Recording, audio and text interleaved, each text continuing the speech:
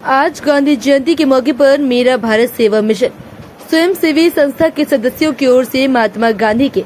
चित्र पर माल्यार्पण करके पुष्पांजलि दी गई। इस अवसर पर मेरा भारत सेवा मिशन के सक्रिय सदस्य बड़ी संख्या में उपस्थित रहे। मेरा भारत सेवा मिशन के अध्यक्ष डॉक्टर फिरोज खान ने बताया कि महात्मा गांधी हमारे देश ही नहीं बल्कि विश्व के महानायक है। उन्होंने हम सबको अहिंसा का पाठ पढ़ाया।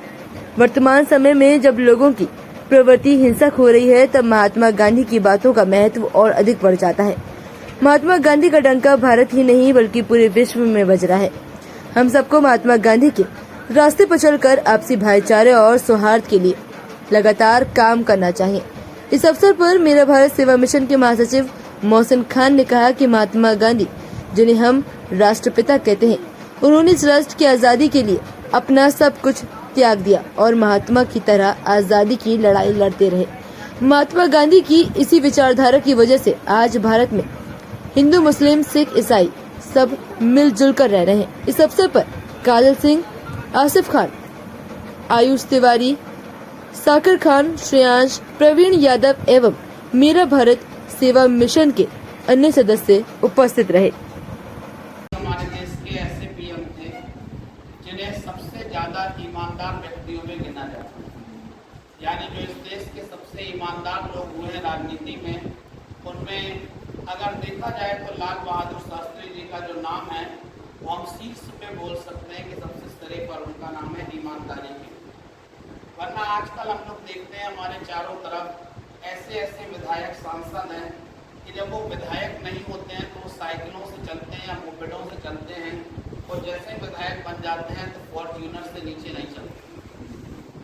आज ये स्थिति है और ये ऐसे हमारे प्रधानमंत्री थे, ये तो स्थिति मैंने सांसद और विधायकों की बताई। लेकिन हमारे जो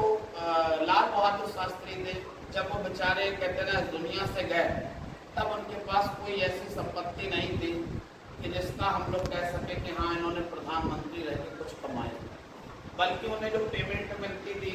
वो पेमेंट भी वो सारी की सारी उनके जो लोग आते थे घरों में, जो कि नेताओं के घर में भीड़ भाड़ रहती तो वो चाय नाश्ते में चले जाते और बड़ी मुश्किल से बेचारे अपनी कहते ना कि जिंदगी अपनी जी रहे। इसी तरीके से देखा जाए तो हमारे महात्मा गांधी जो आज़ादी का अगर उन्हें महानायक कहा जाए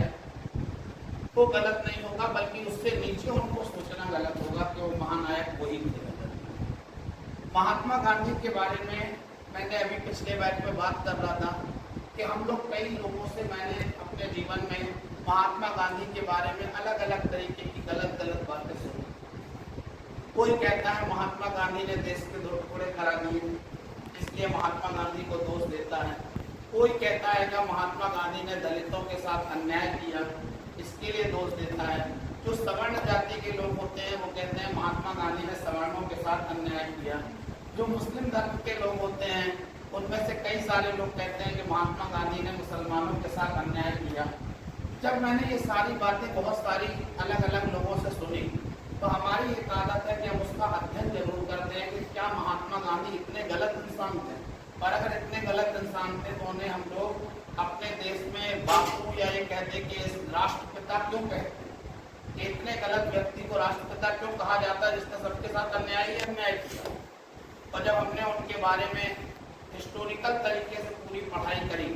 तो 8 से 10 दिन का मुझे कम से कम समय लगा, लेकिन 10 दिनों के बाद मुझे पता चला कि जो भी ये महात्मा गांधी के बारे में बताया जाता है, कहा जाता है, ये सब भ्रम है और गलत है। ये मनगढ़ंत बातें होती हैं। जब हम लोग उनके बारे में गहराई से अध्ययन करते हैं तो हमें पता चलता है कि अगर जैसे आज कोई कहता है कि महात्मा गांधी ने देश के 2 टुकड़े कराए, बेशक 2 टुकड़े हुए, लेकिन उस समय की जो परिस्थितियां थी, जैसे आज हम आज की परिस्थिति को सोचते हैं,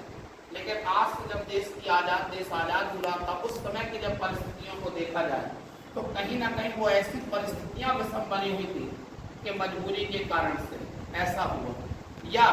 कहीं कुछ लोगों को लगता है कि हमारे साथ महात्मा गांधी ने अन्याय किया। तो जब मैंने उस चीज़ों को अध्ययन किया, पढ़ा, तो मुझे पता चला कि महात्मा गांधी ने सच कहें तो किसी के साथ कहीं कोई अन्याय नहीं किया था, बल्कि महात्मा गांधी ने जितना कर सकते थे न्याय किया था। और महात्मा गांधी हम सब जानते हैं भगवान नहीं,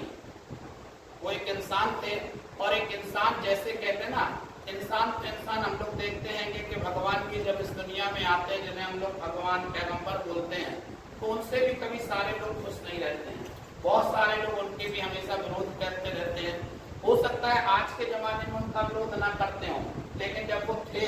तब अपन लोग देख लें, चाहे महाभारत उठा के देख लें, चाहे रामायण उठा के देख लें, या हम लोग अगर चाहें तो मोहम्मद साहब को देख लें, उस समय भी उनके सैकड़ों नहीं हजारों विरोधी हुआ करते। तो वो लोग तो वो थे जिनके पास कहते हैं ना सुपर पावर थी। जब सुपर पावर वाले लोगों के लोग दुनिया में विरोधी होते हैं, तो महात्मा गांधी को कम से कम हम राष्ट्रपिता मान सकते हैं, लेकिन ये नहीं मानते हैं कि महात्मा गांधी के पास एक अदृश्य पावर थी, एक सुपर शक्ति थी। वो एक इंसान थे, और इंसान के नाते उनसे उन्होंने जो उस समय फैसले लिए, तो कहीं ना कहीं मैंने जब पढ़ा तो मुझे लगा वो सारे फैसले उस समय की परिस्थिति के हिसाब से बिल्कुल सही थे। मैंने ये भी नोटिस करा कि कौन लोग हैं जो महात्मा गांधी के बारे में गलत बोलते हैं, बुरा बोलते हैं।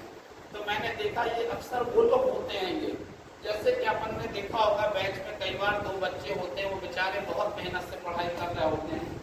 और उसी बैचों में 10-20 लोग ऐसे होते हैं जो केवल उनको पढ़ाई करता देखते उन्हें गुस्सा आ रहा होता है, क्यों पढ़ता है, और वो सोचते रहते हैं कि इसकी हम टांग कैसे खींचे।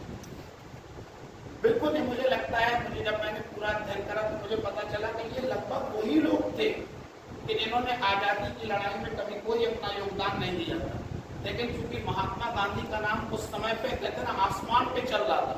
वो देख देख के इसी बात से उड़ रहे थे, नाराज हो रहे थे कि इसका नाम बहुत आगे जा रहा है। तो कुल मिलाकर इसी वजह से जब मैंने उनके बारे में पढ़ा तो मुझे लगा कि नहीं यार, महात्मा गांधी हकीकत में वो व्यक्ति थे जो आजादी के महानायक थे, जननायक थे,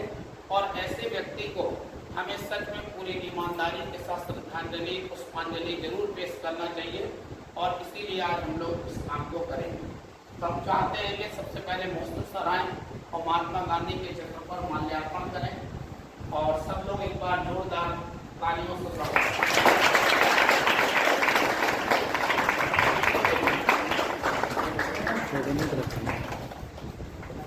और इसके बाद अब हम भी महात्मा गांधी के चित्र पर माल्यार्पण करते हैं।